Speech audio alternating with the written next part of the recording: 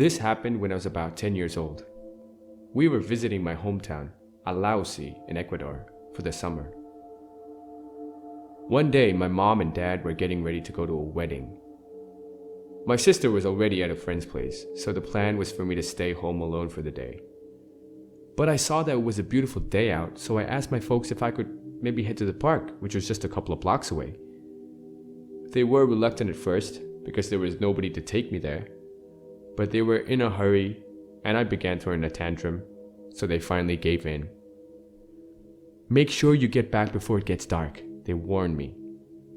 I ran outside, super excited, but when I got there, I was surprised to see that the park was deserted, which was weird, seeing as this was just one of 2 parks in the whole city. It should have been packed, but I was a dumb 10-year-old and I didn't care. I ran to the swings or slides or whatever and started to play. Suddenly, I heard a voice from the distance. I turned to see that outside the park gates, there was a strange-looking clown waving at me. He was standing beside what looked like a white delivery van. I walked towards the gate and waved back, but I didn't get too close. He asked me in Spanish, "Do you like clowns, little guy?" I shook my head and backed off. "Well, then let me see if I can change that." He opened the door to his van, and I was surprised to see only a couple of boxes inside. There was literally nothing else. No car seats, no posters and stuff. Just the boxes.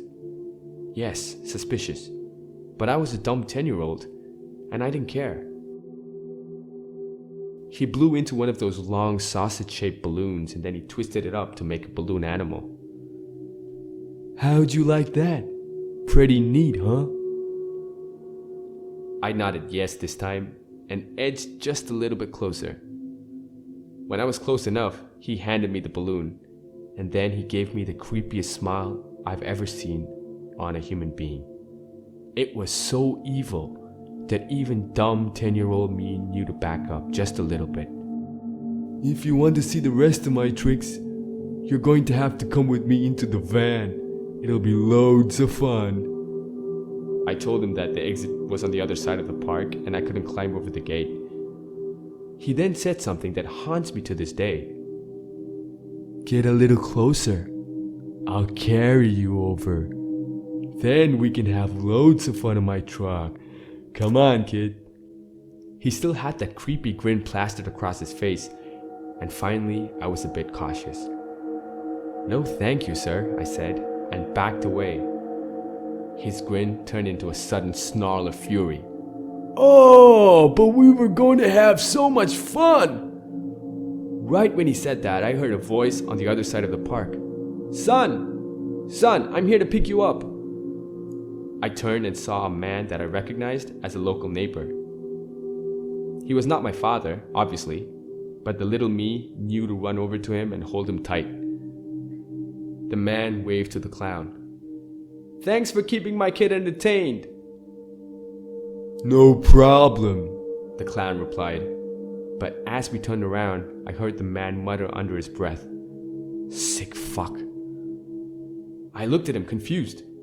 What just happened? Who was that clown? "He isn't a clown," my neighbor told me worriedly. There had been reports of a man disguised as a clown who had been kidnapping kids all across Ecuador, most of whom were never to be seen again. There had been rumors that he'd been spotted near Alausi, so the locals were on alert, which was why the park was deserted. It was sheer luck that he'd been out walking when he saw me talking to the clown and realized what was happening. It dawned on me that the man had just saved my life. Right outside my house, my neighbor turned and said, "Be careful who you talk to, son. Not everyone here is who they seem to be." I gave him one final hug and ran into the house. Needless to say, I didn't go anywhere in Alausi by myself for the rest of the summer. It's been many years now, but that creepy smile on that clown's face still freaks me out every time I think about it.